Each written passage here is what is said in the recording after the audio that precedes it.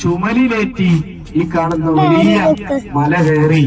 മാത്രമല്ല ചുമലിലേറ്റുന്നതിന് മുൻപ് നബിതങ്ങളുടെ മുന്നിൽ അബൂബക്കർ തങ്ങളുണ്ട്, നബിതങ്ങളുടെ വലതുഭാഗത്ത് അബൂബക്കർ തങ്ങളുണ്ട്, ഇടതുഭാഗത്ത് അബൂബക്കർ തങ്ങളുണ്ട്, പിന്നിൽ അബൂബക്കർ തങ്ങളുണ്ട്. നബിതങ്ങളെ വലയം വെച്ചിട്ടാണ് മല കയറുന്നത്.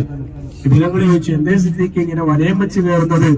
നബിയെ, ഞാൻ വലതുഭാഗത്ത് നിൽക്കുമ്പോ നബിതങ്ങളെ ഇടതുഭാഗത്തുകൂടി ആരെങ്കിലും ആക്രമിച്ചാലോ എന്ന് പേടിച്ച് ഞാൻ ഓടി ഇടതുഭാഗത്തേക്ക് വരും.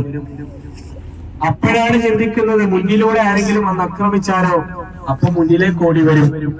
അപ്പോഴാണ് ചിന്തിക്കുന്നത്, പിന്നിലൂടെ വന്നാലോ പിന്നിലേക്ക് വരും. അങ്ങനെ നബിതങ്ങളെ വലയം വെച്ചിട്ട് മഹാനായ സിദ്ദീഖുൽ അക്ബർ റളിയല്ലാഹു അൻഹു കയറിയ വലിയ മലയാണ് ഈ കാണുന്നത്. മാത്രമല്ല, നമ്മുടെ മക്കയിൽ മദീനയിൽ ഉർവത്ത് ബിൻ സുബൈർ തങ്ങളുടെ കോട്ട കണ്ടു അല്ലെ? ഉർവത്ത് ബിൻ സുബൈർ തങ്ങൾ ആരുടെ മകനാണ്?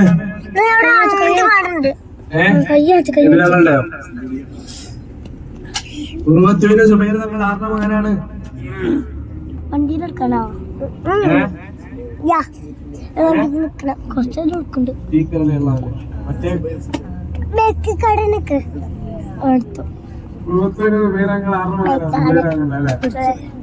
ഉമ്മയുടെ പേരെന്താ? അസ്മാ ബിൻത് അബീ ബക്കർ. അസ്മാ ബീവി റളിയല്ലാഹു അൻഹ സിദ്ദീഖ് തങ്ങളുടെ മകൾ, ആയിഷ ഉമ്മയുടെ സഹോദരി.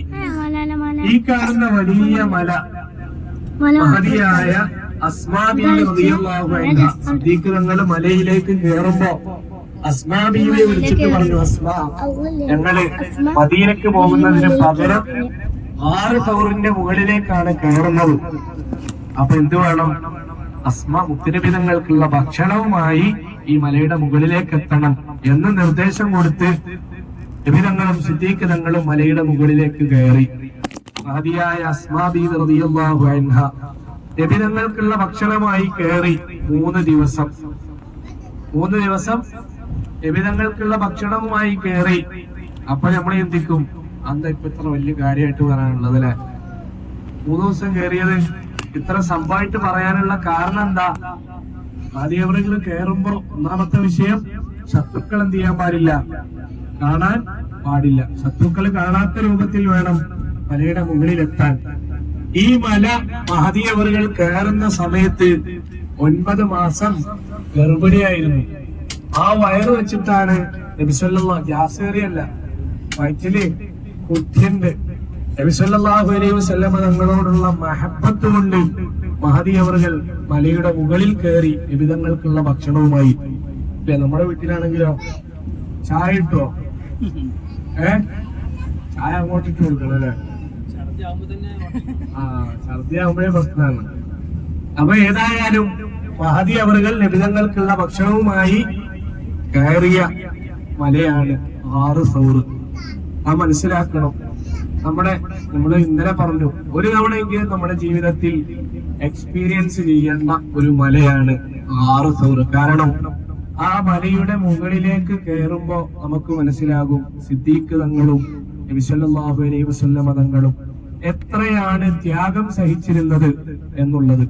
കാരണം ആ മലയുടെ മുകളിൽ എത്തിക്കഴിഞ്ഞാൽ നമുക്ക് മറ്റുള്ള മലകളൊക്കെ നോക്കിയാല് അതൊക്കെ ഇതിന്റെ താഴെ ആയിരിക്കും ഉണ്ടാവുന്നത്. അതായത് നിലവിൽ ഉള്ള മലകളിൽ ഏറ്റവും വലിപ്പമുള്ള മലയാണ് 6 സൗർ.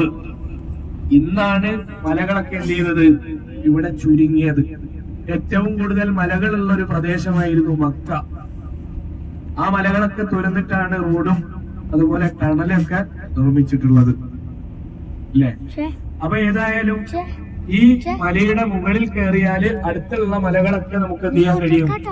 കാണാൻ കഴിയും ഈ മലയുടെ താഴെയായിട്ട്. അപ്പൊ നബി സല്ലല്ലാഹു അലൈഹി വസല്ലം തങ്ങൾ ബാക്കി ചരിത്രം പറഞ്ഞു വരുമ്പോ നമുക്ക് അതിലേക്ക് വരാം. സിദ്ദീഖ് തങ്ങൾ കൊടുത്ത ഒട്ടകവുമായി നബി തങ്ങളെ വീട്ടിലേക്ക് പോയി. ശത്രുക്കള് മീറ്റിംഗ് കൂടുന്നു, നബി തങ്ങളെ വകവരുത്തണം, എങ്ങനെയെങ്കിലും മുഹമ്മദിനെ ഇല്ലാതാക്കണം. അതിനുള്ള മാർഗം എന്താണ്?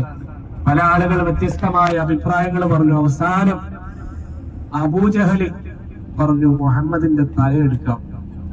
അതിന് നമുക്ക് പറ്റിയ ഒരു മാർഗം എന്നുള്ളത് ഇവിടെയുള്ള ഗോത്ര തലവന്മാരെയൊക്കെ വിളിച്ചു കൂട്ടുക. ഇതിൽ ആരാണോ മുഹമ്മദിന്റെ തലയെടുക്കുന്നത് അവർക്ക് 100 ഒട്ടകം ഇനാമായി നൽകാം, അല്ലെങ്കിൽ 200 ഒട്ടകം. നമ്മൾ ഇന്നലെ നബിതങ്ങളുടെ ഉപ്പയുടെ സംഭവം പറഞ്ഞപ്പോ പറഞ്ഞു 100 ഒട്ടകമൊക്കെ അന്ന് കിട്ടിയാല് യൂസുഫ് അലിയായി. അപ്പൊ എന്ത് ചെയ്യും? ഈ 40ഓളം വരുന്ന ഗോത്ര തലവന്മാർ ഒരുമിച്ച് കൂടി അവര് തമ്മിൽ വാശിയായി മുഹമ്മദിന്റെ തലയെടുക്കണം. തലയെടുക്കുന്ന ആൾക്കാണ് എന്ത് 100 ഒട്ടകം കിട്ടുക.